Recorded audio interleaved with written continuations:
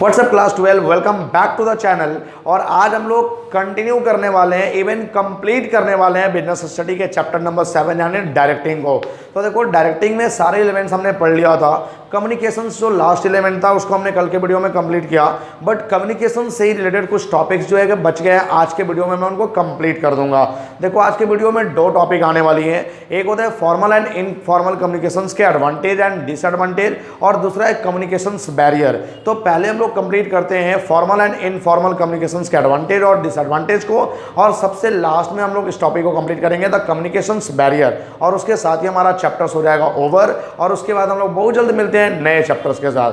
तो चलो हम लोग आज निपटा ही लेते हैं इस चैप्टर को। सबसे पहला जो टॉपिक आज के वीडियो में हमने देखना है वो है फॉर्मल एंड इनफॉर्मल कम्युनिकेशंस के advantage as well as disadvantage. तो सबसे पहले हम लोग बात करेंगे फॉर्मल कम्युनिकेशंस के एडवांटेज की, कि एक फॉर्मल कम्युनिकेशंस के क्या क्या एडवांटेज होते हैं। तो सबसे पहला जो एडवांटेज होता है वो systematic and orderly flow of communication, यानी फॉर्मल कम्युनिकेशंस में जो कम्युनिकेशंस का फ्लो होता है एक सिस्टम में होता है, एक ऑर्डर में होता है, ताकि यहाँ से एक जनरली हम लोग इजीली लोकेट कर पाते हैं कि बात कहाँ से शुरू हुई थी, कहाँ निकली, या कोई भी इंफॉर्मेशन अगर लीक्ड हुई तो कहाँ से लीक्ड हुई। तो यही सबसे बड़ा एडवांटेज होता है फॉर्मल कम्युनिकेशंस का, कि जो भी कम्युनिकेशन से एक ऑर्डर में एक सिस्टम में फ्लो होता है। दूसरा क्या है, source can easily be located, यानी सोर्स को हम लोग इजिली लोकेट कर सकते हैं, क्योंकि यहाँ पे मुझे पता है कि बात कहाँ से शुरू हुई थी, बात कहाँ से निकली थी, तो हम लोग सोर्स को बहुत इजिली लोकेट कर पाते हैं कि हाँ ये बात यहाँ से निकली थी।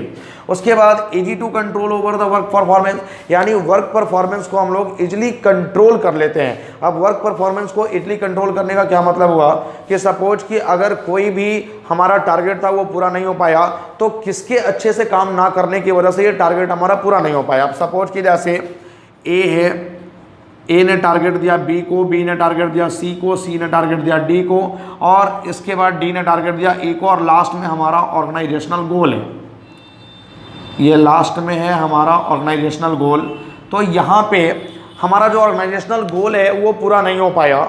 तो ए ने अपना काम अच्छे से करा, बी ने अपना काम अच्छे से करा, सी ने अपना काम अच्छे से करा, ई ने अपना काम अच्छे से करा, बट डी ने अपना काम अच्छे से नहीं करा, जिसके कारण हमारा ऑर्गेनाइजेशनल गोल अचीव नहीं हो पाया।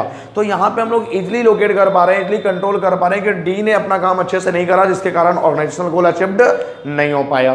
तो ये सारे इसके एडवांटेज थे। उसके बाद अगर मैं बात करूं इसके डिसएडवांटेज की, तो सबसे पहला टाइम टेकिंग। अब देखो अगर ए को कोई भी बात ई तक पहुंचाना है तो ये ए बी से पहुंचाएगा, बी सी तक पहुंचाएगा, सी डी तक, और डी जाकर के ई को पहुंचाएगा। देखो कितना टाइम टेकिंग है, काफ़ी ज़्यादा टाइम लगने वाला है। तो ये इसका डिसएडवांटेज बन जाता है। उसके बाद इम्पर्सनल मैनर। अब इम्पर्सनल मैनर क्या होता है कि जनरली यहाँ पे जो भी इंफॉर्मेशन, जैसे मैं आपसे बात कर रहा हूँ, मैं अभी आपको पढ़ा रहा हूँ बिजनेस स्टडी, तो ये पर्सनल मैनर है क्योंकि मेरा फेस टू फेस इंटरेक्शन आपके साथ हो रहा है। बट यही सारी चीज़ें तो हमारे बुक्स में भी दी हुई है, लेकिन क्या आपको बुक से इतने अच्छे से समझ में आती है? नहीं आती, क्योंकि टेक्सचुअल लैंग्वेज में दी हुई रहती है, और टेक्सचुअल लैंग्वेज इम्पर्सनल मैनर होता है, वहाँ पे मैं समझाने के लिए आपके पास नहीं हूँ। तो टेक्सचुअल जो आपका जो भी टेक्सचुअल मैनर होता है वो काफ़ी ज़्यादा बोरिंग होता है, तो हम लोग वो समझ पाना थोड़ा मुश्किल हो जाता है। तो ये impersonal manner, formal communications impersonal manner होता है। उसके बाद आता है कम्युनिकेशंस गैप। अब कम्युनिकेशंस गैप क्या होता है कि जैसे सपोज कि ए ने अपनी कोई भी बात पहुंचानी थी तक, ये तो रिटन फॉर्म में होगी, क्योंकि formal communications always in the written form. तो ए ने रिटन फॉर्म में अपनी कोई भी बात ई तक पहुंचा दी, बट कभी कभी तो ऐसा भी होता है कि कोई ये भी पता नहीं है कि ए है कौन, ए टॉप लेवल पे बैठा हुआ कौन सा पर्सन है। तो जनरली यहाँ पे बात तो पहुँच गई, बट ए को कहीं ना कहीं ये पता नहीं है कि ए हमारा सुपीरियर है कौन है, ए कौन से लेवल पे बैठा हुआ है। तो यहाँ पे काफ़ी ज़्यादा एक कम्युनिकेशन गैप देखने को मिल जाता है। तो ये थे गाइस फॉर्मल कम्युनिकेशंस के डिसएडवांटेज। अब उसके बाद हम लोग चलते हैं इनफॉर्मल कम्युनिकेशन। तो इनफॉर्मल कम्युनिकेशंस के एडवांटेज की बात सबसे पहले करेंगे। तो सबसे पहला एडवांटेज होता है क्विक स्प्रेड। क्विक स्प्रेड का मतलब कि यहाँ पे कोई भी ऑर्डर नहीं है, कोई भी कम्युनिकेशन यहाँ सिस्टम में फ्लो नहीं हो रहा है, तो क्विकली स्प्रेड कर जाता है, काफ़ी तेज़ी से ये फैल जाता है। उसके बाद नेक्स्ट है हमारा true and correct feedback. True and correct feedback का मतलब क्या होगा कि यहाँ पे कोई भी बात इको फ्रेंडली हो रही है, तो अगर एक एम्प्लॉय अच्छे से काम नहीं कर रहा है तो एक मैनेजर उसके बारे में फीडबैक ले लेते हैं कि वो एम्प्लॉय, कौन सा एम्प्लॉय अच्छे से काम कर रहा है, कौन सा एम्प्लॉय अच्छे से काम नहीं कर रहा है। बट फॉर्मल में ऐसा नहीं था, क्योंकि फॉर्मल में तो एक डर था ना कि अगर मैं बता दिया और मेरे बारे में पता चल गई तो मेरे ही साथ प्रॉब्लम आने वाला है। यहाँ तो कुछ पता ही नहीं चलने वाला है कि बेसिकली क्या होने वाला है। ट्रू एंड करेक्ट फीडबैक जो मिलने वाला है, यानी कि जो भी फीडबैक मिलेगा वो बिल्कुल ट्रू और करेक्ट मिल जाएगा। उसके बाद नेक्स्ट है इमोशनल रिलीफ टू एम्प्लॉय। यहाँ पे एम्प्लॉयज़ को एक इमोशनली रिलीफ मिलता है कि एम्प्लॉय आपस में अच्छे से बातचीत कर पाते हैं, अपने पर्सनल मैटर पे अपने सुख दुख बांट सकते हैं, शेयर कर सकते हैं, तो इमोशनली काफ़ी ज़्यादा वो रिलीफ उनको फील होता है एम्प्लॉयज़ को। तो ये सब इसके एडवांटेज है। उसके बाद मैं बात करूँ इसके डिसएडवांटेज की, तो डिसएडवांटेज में देखो सबसे पहला जो डिसएडवांटेज है अनसिस्टमैटिक मैनर। अनसिस्टमैटिक मैनर का मतलब कि यहाँ पे जो कम्युनिकेशंस का फ्लो हो रहा है उसके लिए ना कोई सिस्टम है, ना ही कोई ऑर्डर फ्लो हो रहा है, कोई भी कहीं किसी से कुछ भी बातें कर रहा है, तो यहाँ पे जो भी र्यूमर्स है उसके फैलने के चांसेस काफ़ी ज़्यादा बढ़ जाते हैं। नेक्स्ट पॉइंट हमने वही लिखा है, chances of spreading false fact, यानी कि जो गलत अफवाह है, जो गलत र्यूमर्स है, उसके फैलने के चांसेस यहाँ पे काफ़ी बढ़ जाते हैं, क्योंकि कौन किससे बात कर रहा है यहाँ पे तो कुछ पता ही नहीं चल पा रहा है ना, कोई सिस्टम या कोई ऑर्डर ही फ्लो नहीं हो रहा है, तो कोई कहीं किसी से भी कुछ भी बात कर रहा है, तो गलत यहाँ पे फैक्ट्स जो है, फॉल्स फैक्ट्स निकलने के चांसेस काफ़ी ज़्यादा हो जाते हैं। और लास्ट है हमारा इन्फॉर्मेशन में गेट लीक, यानी इन्फॉर्मेशन जो होता है वो काफ़ी ज़्यादा लीक होने के चांसेस बढ़ जाते हैं। अब जैसे सपोज कि यहाँ पे कोई भी सीक्रेट बातें थी जो मैंने आपको बता दी, तो उस केस में आप और किसी से बताओगे तो इन्फॉर्मेशन जो है वो लीक हो गया ना, 100% इन्फॉर्मेशन यहाँ पे लीक हो जाती है कि कोई किसी से कुछ भी बता सकते हैं। तो ये थे गाइस इनफॉर्मल कम्युनिकेशंस के advantage and disadvantage. I hope कि आपको एडवांटेज और डिसएडवांटेज अच्छे से क्लियर हो गए। अब एक लास्ट टॉपिक हमारा बचा हुआ है कम्युनिकेशंस बैरियर, तो चलो अब जल्दी से हम लोग उसको निपटा ही लेते हैं और आज इस चैप्टर को कंप्लीट कर ही लेते हैं। तो आप जल्दी से इसका स्क्रीनशॉट लेना है, उसके बाद मैं आता हूं 2 सेकंड में कम्युनिकेशंस बैरियर के साथ। चलो जल्दी से इस लास्ट टॉपिक को देख लेते हैं और इसके साथ ही हमारा डायरेक्टिंग चैप्टर आप कंप्लीट हो जाएगा। तो लास्ट टॉपिक क्या बचा हुआ है, बैरियर्स टू इफेक्टिव कम्युनिकेशन। अब बैरियर टू इफेक्टिव कम्युनिकेशन का मतलब क्या हुआ कि कभी कभी जब दो लोग आपस में एक दूसरे को अच्छे से कम्युनिकेट नहीं कर पाते हैं तो उनके बीच में क्या प्रॉब्लम्स होती है, जो प्रॉब्लम्स क्रिएट होती हैं जिसकी वजह से वो एक दूसरे को कम्युनिकेट नहीं कर पाते हैं और एक अच्छा कम्युनिकेशन नहीं हो पाता है बिटवीन द 2 पर्सन, तो उस प्रॉब्लम्स को हम लोग क्या बोलते हैं, कम्युनिकेशन बैरियर। अब देखो कम्युनिकेशन बैरियर जो है वो 4 प्रकार की होती हैं, semantic barrier, psychological barrier, organisational barrier और पर्सनल बैरियर। तो अगर दो लोगों के बीच में एक अच्छा कम्युनिकेशंस नहीं हो पा रहा है तो इन चारों ही में से कोई एक बैरियर के कारण अच्छा कम्युनिकेशंस नहीं हो पा रहा है, यानी इन चारों में से कोई एक बैरियर भी वहां पे क्रिएट हो रहा होगा जिसके कारण हम लोग कम्युनिकेशंस अच्छे से नहीं कर पाते हैं। तो सबसे पहले देखते हैं सेमेंटिक बैरियर क्या होता है। तो semantic barriers occurs mainly due to the difference in understanding, यानी जब दो लोगों के अंडरस्टैंडिंग में डिफरेंस होने के कारण जो बैरियर्स क्रिएट होता है उसको हम लोग क्या बोलते हैं, सेमेंटिक बैरियर। अब सपोज कि यहाँ पे जब दो लोग आपस में बात कर रहे हैं तो मैं कुछ समझाना चाह रहा हूँ, आप कुछ और समझ रहे हो, सामने वाला कुछ और बोल रहा है, मैं कुछ और समझ रहा हूँ, तो अंडरस्टैंडिंग में डिफरेंस होने के कारण जो बैरियर क्रिएट होता है that's called the semantic barrier. अब इसमें कुछ टाइप के प्रॉब्लम होते हैं जिसके कारण सेमेंटिक बैरियर क्रिएट होता है। तो देखो यहाँ पर डिफरेंट टाइप्स ऑफ प्रॉब्लम्स हमने लिखे हैं, एक एक करके मैं इसको समझा रहा हूँ। सबसे पहला है badly express messages. Badly express messages का मतलब कि जो सेंडर है, जो मैसेज भेजने वाला है, उसने ही मैसेज को इस तरीके से एक्सप्रेस किया है कि सामने वाले को समझ में नहीं आ रहा है, मुझे समझ में नहीं आ रहा है। तो जब सेंडर ही अगर बैडली एक्सप्रेस करेगा मैसेजेस को, अलग तरीके से अलग लैंग्वेज में मैसेज को दिखाएगा जो सामने वाले को समझ में ना आए, तो उस केस में जो बैरियर्स क्रिएट होगी उसको हम लोग बोलते हैं सेमेंटिक बैरियर। तो ये badly express messages are cover under the semantic barrier. उसके बाद नेक्स्ट है सिंबल ऑफ डिफरेंट मीनिंग, यानी जो अलग अलग सिंबल्स में डिफरेंस होने के कारण जो बैरियर क्रिएट होता है उसको हम लोग सेमेंटिक बैरियर बोलते हैं। अब ये सिंबल ऑफ डिफरेंट मीनिंग का मतलब क्या हुआ कि सपोज कि मैं बताना चाह रहा था प्रिंसिपल, ये वाला प्रिंसिपल, और आपने समझ लिया ये वाला प्रिंसिपल, तो देखो दोनों को प्रिंसिपल ही बोलते हैं, बट इस वाले प्रिंसिपल का मतलब कुछ और होता है, इस वाले प्रिंसिपल का मतलब कुछ और होता है। उसी तरह से मैं बताना चाह रहा था प्राइज और आपने समझ लिया प्राइज, ये वाला प्राइज, तो फिर दोनों का मतलब अलग है। तो अलग अलग सिंबल्स ऑफ मीनिंग्स के कारण भी कहीं ना कहीं एक बैरियर क्रिएट होता है, उसको हम लोग क्या बोलते हैं, सेमेंटिक बैरियर। उसके बाद आता है फॉल्टी ट्रांसलेशन। अब फॉल्टी ट्रांसलेशन क्या है कि सपोज मैं इंडिया का रहने वाला हूँ और मैं ऑस्ट्रेलिया घूमने गया हूँ, तो मेरे और ऑस्ट्रेलिया के किसी एक पर्सन में कम्युनिकेशन हो रही है, बट मेरी लैंग्वेज तो हिंदी है और ऑस्ट्रेलियन इंग्लिश बोलते हैं, तो उस केस में कहीं ना कहीं ना तो ऑस्ट्रेलियन मेरे लैंग्वेज को समझ पाएंगे और नहीं मैं ऑस्ट्रेलियन लैंग्वेज को समझ पाऊंगा। तो वी नीड अ ट्रांसलेटर, उस केस में मुझे एक ट्रांसलेटर की नीड होगी। अब एक ऐसा ट्रांसलेटर जो हमारे लैंग्वेज को इंग्लिश में कन्वर्ट करके सामने वाले को बता दे और सामने वाले के लैंग्वेज को हिंदी में कन्वर्ट करके मुझे बता दे। बट अगर आप सोचो कि आपका ट्रांसलेटर ही एफिशिएंट नहीं है, उसके पास ही एफिशिएंट नॉलेज नहीं है टुवर्ड्स द लैंग्वेज, तो तो क्या वो मेरा मैसेज सामने वाले तक सही पहुंचाएगा या सामने वाले का मैसेज मुझ तक सही पहुंचाएगा? नहीं। तो अगर ट्रांसलेटर ही फॉल्ट निकला, ट्रांसलेटर कोई एफिशिएंट नॉलेज नहीं है लैंग्वेज का, तो उस केस में हम दोनों के बीच का जो कम्युनिकेशन है वो कम्युनिकेशन सही नहीं हो पाएगा। तो यहाँ पे फॉल्टी ट्रांसलेशन भी एक सेमेंटिक बैरियर का पार्ट बन जाता है। उसके बाद है टेक्निकल जार्गन। अब टेक्निकल जार्गन क्या होता है कि जैसे कुछ एक्सपर्ट्स होते हैं जो अपने टेक्निकल टर्म यूज करते हैं। जैसे एक डॉक्टर है तो वो अपना कुछ मेडिकल टर्म यूज करेगा जो हम लोग नहीं समझ सकते हैं। अब डॉक्टर एक नॉर्मल चीज़ को भी अपने मेडिकल टर्म में बोलेगा जिसको हम लोग नॉर्मली जान रहे थे, बट वो जो टर्म यूज किया उस हम लोग टर्म को नहीं समझ पा रहे हैं। तो सामने वाला डॉक्टर्स क्या बोल रहा है ये हम लोग समझ नहीं पा रहे हैं, कम्युनिकेशन अच्छे से नहीं हो पाएगा। या जैसे एक चार्टर्ड अकाउंटेंट है, अगर वो अपने टीम को, अपने किसी ऑर्गेनाइजेशन का टीम को कुछ समझा रहा है या फिर कुछ उस टाइप का वो मीटिंग कर रहा है लोगों के साथ, तो बेसिकली वहाँ पे एक कैपिटल वर्ड का यूज किया। अब जो कॉमर्स वाले होंगे वो तो समझ जाएंगे कि कैपिटल क्या है, ये चार्टर्ड अकाउंटेंट कैपिटल क्या बता रहा है, बट जो साइंस और आर्ट्स वाले लोग हैं क्या वो कैपिटल का मतलब समझ पाएंगे? वो तो कैपिटल का मतलब वो बिहार का कैपिटल पटना समझ के बैठ जाएंगे। तो उस केस में कुछ टेक्निकल टर्म्स होते हैं जो हम लोग समझ नहीं पाते हैं और उसकी वजह से हम दोनों के बीच में कम्युनिकेशन अच्छे से नहीं हो पाता है, तो उसको हम लोग बोलते हैं टेक्निकल जार्गन। और टेक्निकल जार्गन भी सेमेंटिक बैरियर का पार्ट होता है। उसके बाद अनक्लियरिफाइड एजम्पशन। अब अनक्लियरिफाइड एजम्पशन क्या होता है कि मैनेजर्स ने मुझे कुछ बताया और मैनेजर्स ने कुछ इस तरह से बोला, मैंने उसको समझा नहीं और मैं उसको कुछ और एजम्प्ट करके बैठ गया। जैसे सपोज कि मैनेजर ने बोला कि मुझे सेल्स डिपार्टमेंट्स की बजट बढ़ा के चलनी है और मैंने उसको अच्छे से सुना नहीं या समझा नहीं, और मैंने सोचा कि मैनेजर ने कहा कि सेल्स डिपार्टमेंट के वर्कर की सैलरी बढ़ानी है, तो मैं वहाँ पे बोलने लगा मुझे मेरी सैलरी बढ़ने वाली है, मेरी सैलरी बढ़ने वाली है, बट ऐसा कुछ नहीं था। मैनेजर ने तो सेल्स डिपार्टमेंट का बजट बढ़ाने का बात की थी। तो यहाँ पे जो अनक्लियरिफाइड एजम्पशंस के कारण दो लोगों के बीच में कम्युनिकेशंस नहीं हो पाता है, वो कम्युनिकेशंस भी आ जाता है सेमेंटिक बैरियर के अंडर में। उसके बाद नेक्स्ट हमारा body language and gestures decoding.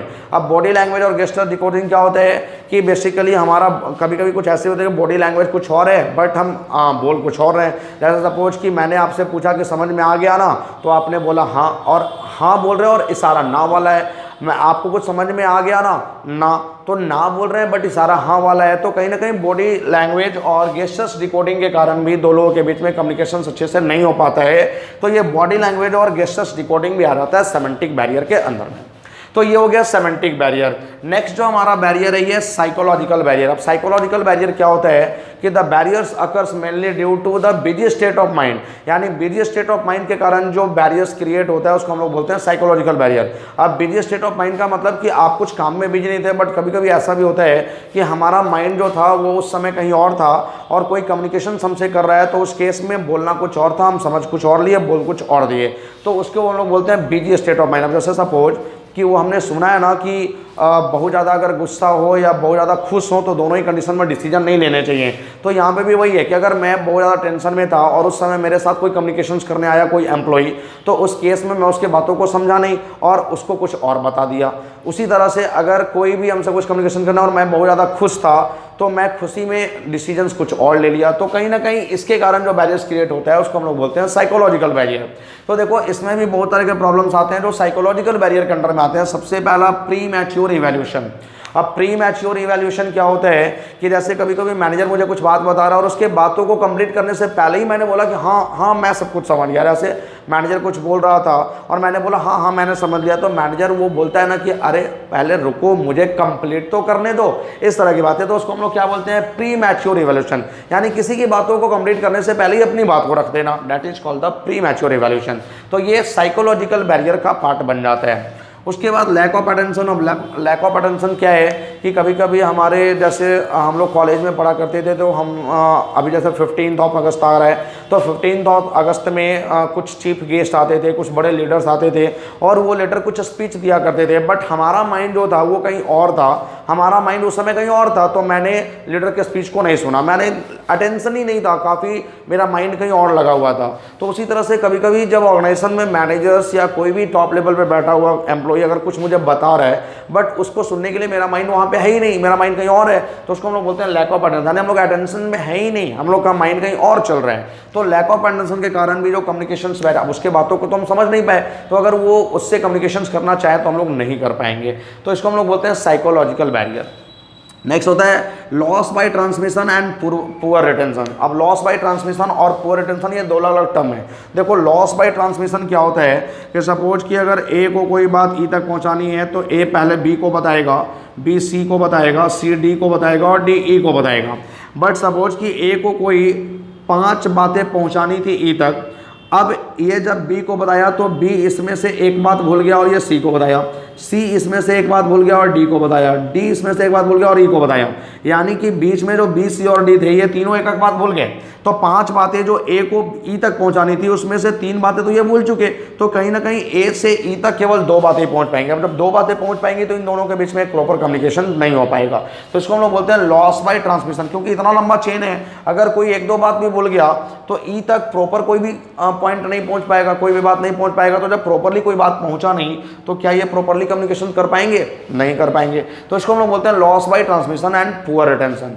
उसके बाद लास्ट में आता है डिस्ट्रस्ट। अब डिस्ट्रस्ट क्या होता है कि बेसिकली यहाँ पे जो सुपीरियर है उसको अपने सबऑर्डिनेट पे, अपने एम्प्लॉय पर ट्रस्ट ही नहीं है। अब जब किसी के ऊपर ट्रस्ट ही नहीं है तो उसके साथ वो कम्युनिकेशंस क्यों करना चाहेगा? तो यहाँ पे भी एम्प्लॉय और यानी सुपीरियर और सबऑर्डिनेट में एक प्रॉपर कम्युनिकेशंस नहीं हो पाता है ड्यू टू डिस्ट्रस्ट। तो ये हो गया हमारा साइकोलॉजिकल बैरियर। अब नेक्स्ट आता है हमारा ऑर्गेनाइजेशनल बैरियर। तो देखो ऑर्गेनाइजेशनल बैरियर क्या होता है? This barriers occurs mainly due to the organisational policy, यानी कुछ ऑर्गेनाइजेशनल पॉलिसीज के कारण कम्युनिकेशंस में बैरियर क्रिएट हो जाता है, दो लोग आपस में अच्छे से बात नहीं कर पाते हैं। That barrier is called the organisational barrier. तो इसमें भी कुछ प्रॉब्लम्स आ जाते हैं। देखो सबसे पहला प्रॉब्लम्स क्या है? Organisational policy. अब ऑर्गेनाइजेशन की कुछ इस तरह की पॉलिसी है कि दो लोग आपस में कम्युनिकेशंस नहीं कर सकते, या फिर एक जो लोअर लेवल का एम्प्लॉय है वो अपर लेवल के एम्प्लॉय से कम्युनिकेशंस नहीं कर सकता है। तो बेसिकली कुछ ऑर्गेनाइजेशन का इस तरह से पॉलिसी बनाया जाता है कि कोई भी एक एम्प्लॉय जो है वो अपने से सीनियर लेवल के एम्प्लॉय से बात करने में कहीं ना कहीं एक डर होता है कि हम लोग बात करेंगे कहीं कुछ इधर उधर हो जाए। तो उस तरह का पॉलिसीज को हम लोग बोलते हैं ऑर्गेनाइजेशनल पॉलिसी, और ये आ जाता है ऑर्गेनाइजेशनल बैरियर के अंडर में। नेक्स्ट आता है रूल्स एंड रेगुलेशन। अब कुछ इस तरह से ऑर्गेनाइजेशन में रूल्स एंड रेगुलेशन बनाए गए हैं कि एक लोअर लेवल, जैसे यहाँ पे ये ई जो है ये लोअर लेवल पे काम कर रहा है और ये जो ए है ये टॉप लेवल पे बैठा हुआ है। तो अगर ई को कोई बात ए तक पहुंचानी है तो इस तरह का रूल्स हमारे ऑर्गेनाइजेशन में बना हुआ है कि एक लोअर लेवल का जो एम्प्लॉय है वो डायरेक्टली टॉप लेवल के एम्प्लॉय से बात नहीं कर सकता है। तो यहाँ पे टॉप लेवल, मिडिल लेवल और लोअर लेवल, यानी कि अगर लोअर लेवल को कोई बात टॉप लेवल तक पहुंचानी तो ये पहले बताएगा मिडिल को और मिडिल जाके बताएंगे टॉप को। तो इस तरह का रूल्स एंड रेगुलेशंस होता है जिसके कारण लोअर लेवल और टॉप लेवल में प्रॉपर कम्युनिकेशंस नहीं हो पाता है। तो यहाँ पे जो बैरियर क्रिएट होगा उसको हम लोग बोलते हैं ऑर्गेनाइजेशनल बैरियर। उसके बाद स्टेटस डिफरेंस। अब कभी कभी टॉप लेवल को ऐसा लगता है कि उसको कोई बात पहुंचानी है अपने लोअर लेवल तक, तो टॉप लेवल एक बड़े लेवल का एम्प्लॉई है और लोअर लेवल एक ग्राउंड लेवल पे काम कर रहा है एम्प्लॉई है। तो टॉप लेवल का अपना कुछ अलग स्टेटस होता है और वो स्टेटस डिफरेंस के कारण अब टॉप लेवल बोलता है कि मेरा स्टेटस है तो मैं लोअर लेवल से बात नहीं करूंगा। तो उस केस में स्टेटस डिफरेंस के कारण जो टॉप लेवल और लोअर लेवल के बीच में कम्युनिकेशंस नहीं हो पाया, ये आ जाता है हमारे ऑर्गेनाइजेशनल बैरियर्स के अंडर में। उसके बाद है कॉम्प्लेक्स ऑर्गेनाइजेशन। कॉम्प्लेक्स ऑर्गेनाइजेशन का मतलब कि ऑर्गेनाइजेशन में इस तरह से कॉम्प्लेक्सिटी कर दिया गया है कि बेसिकली कोई भी लोअर लेवल का एम्प्लॉई टॉप लेवल के एम्प्लॉई से बात नहीं कर सकता है। उसमें काफ़ी ज़्यादा प्रॉब्लम क्रिएट होगी कि टॉप लेवल का एम्प्लॉई या फिर लोअर लेवल का एम्प्लॉई काफ़ी ज़्यादा डरता है टॉप लेवल के एम्प्लॉई से बात करने से। तो ऑर्गेनाइजेशन को काफ़ी कॉम्प्लेक्स कर दिया गया है कि कोई भी एम्प्लॉई जो है वो एक प्रॉपर कम्युनिकेशंस नहीं कर पाते हैं। उसके बाद ऑर्गेनाइजेशनल फैसिलिटीज। अब ऑर्गेनाइजेशनल फैसिलिटीज क्या होता है कि कभी अगर मान लीजिए कि लोअर लेवल को कोई भी सजेशंस देना है तो उसके लिए हमारे ऑर्गेनाइजेशन में एक सजेशन बॉक्स का फैसिलिटीज अवेलेबल है, और अगर कोई भी कंप्लेन लोअर लेवल को करना है तो एक कंप्लेंट बॉक्स का भी फैसिलिटीज हमारे यहाँ अवेलेबल है। तो अगर ये दोनों फैसिलिटीज अवेलेबल है, suggestion box as well as complaint box, तो इनको कोई भी कंप्लेंट करना है इस कंप्लेंट बॉक्स में ये लिख करके डाल देंगे, कंप्लेंट पहुंच जाएगी टॉप लेवल तक। अगर इनको कोई भी बात कोई भी सजेशंस देना है टॉप लेवल को तो सजेशन बॉक्स में लिख करके डाल देंगे। बट अगर ये फैसिलिटीज हमारे ऑर्गेनाइजेशन में है ही नहीं तो उस केस में बेसिकली जो ये अपना कंप्लेन है वो किसके पास करने जाए, तो यहाँ पे दोनों के बीच में प्रॉपर कम्युनिकेशन नहीं हो पाता है। तो ये ऑर्गेनाइजेशन फैसिलिटीज आ जाता है अंडर द ऑर्गेनाइजेशनल बैरियर। और जो लास्ट हमारा बैरियर है वो है पर्सनल बैरियर। देखो पर्सनल बैरियर क्या होता है कि पर्सनल बिहेवियर के कारण जो भी बैरियर्स क्रिएट होता है उसको हम लोग बोलते हैं personal barrier. This barrier occurs mainly due to the personal behaviour, यानी पर्सनल बिहेवियर के कारण जो भी बैरियर्स आ रही है, दो लोग आपस में बात नहीं कर पा रहे हैं, उसको हम लोग बोलते हैं पर्सनल बैरियर। अब पर्सनल बैरियर में किस किस टाइप के प्रॉब्लम्स आते हैं? सबसे पहला lack of confidence of superior in its subordinate, यानी कि यहाँ पे कॉन्फिडेंस का अभाव है सुपीरियर्स का, यानी कि सुपीरियर्स को अपने सबऑर्डिनेट पे कॉन्फिडेंस ही नहीं है कि सुपीरियर को लगता है कि हमारा जो सबऑर्डिनेट है वो अच्छे से काम नहीं कर पाएगा, तो उसके साथ कम्युनिकेशंस करने का क्या फायदा, मैंने कम्युनिकेशंस भी किया और उसने काम अच्छे से नहीं किया, कॉन्फिडेंस ही नहीं है। तो due to the lack of confidence एक सुपीरियर और सबऑर्डिनेट के बीच में एक प्रॉपर कम्युनिकेशंस नहीं हो पाता है। तो ये जो बैरियर है ये आ जाता है अंडर द पर्सनल बैरियर। उसके बाद लैक ऑफ इंसेंटिव्स। अब लैक ऑफ इंसेंटिव्स क्या होता है कि बेसिकली कभी कभी लोअर लेवल पे बैठे हुए लोग एक अच्छा सजेशंस देते हैं अपने टॉप लेवल को, यानी ऑर्गेनाइजेशन सजेशन। तो उस केस में ऑर्गेनाइजेशंस को ये चाहिए कि अगर कोई लोअर लेवल पे बैठा हुआ है एम्प्लॉई कुछ सजेशन दे रहा है और वो सजेशन अच्छा है तो उस अच्छे सजेशंस के लिए उसको एक अच्छा रिवार्ड भी दिया जाए। बट हमारे ऑर्गेनाइजेशन में ऐसा कोई भी फैसिलिटीज नहीं है कि अगर आप सजेशंस देते हैं तो आपको रिवार्ड दिया जाएगा। तो अगले बार से एम्प्लॉइज को भी लगेगा कि यार इतना मेहनत करके मैंने एक अच्छा सजेशंस दिया, वो सजेशंस अच्छी भी लगी हमारे ऑर्गेनाइजेशंस को, बट कहीं ना कहीं उसके बदले हमको कुछ मिला तो नहीं, तो अगली बार से हम इतना मेहनत क्यों करेंगे। तो उस केस में एक अच्छा सजेशंस वो नहीं देता है तो वो प्रॉपर कम्युनिकेशन अपने टॉप लेवल के साथ नहीं कर पाता है, बट अगर उसको रिवार्ड मिलता तो वो प्रॉपर कम्युनिकेशन कर पाता। तो पर्सनल बिहेवियर के अंडर में ये आ जाएगा लैक ऑफ इंसेंटिव्स। उसके बाद फियर ऑफ अथॉरिटी।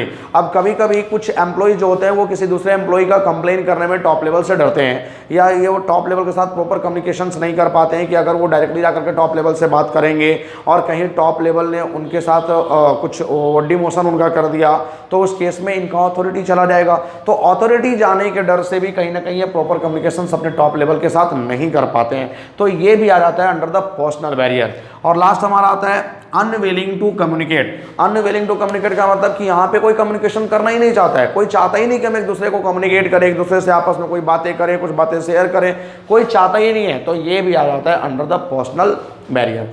तो ये थे कम्युनिकेशंस बैरियर के 4 पार्ट। सबसे पहला हमारा गया तो सेमेंटिक बैरियर, दूसरा साइकोलॉजिकल बैरियर, तीसरा ऑर्गेनाइजेशनल बैरियर और लास्ट था पर्सनल बैरियर। आई होप कि ये बैरियर आपको अच्छे से क्लियर हो गए और इसी के साथ ये हमारा चैप्टर्स भी ओवर हो गया। अब इसमें कोई भी टॉपिक नहीं बचा हुआ है।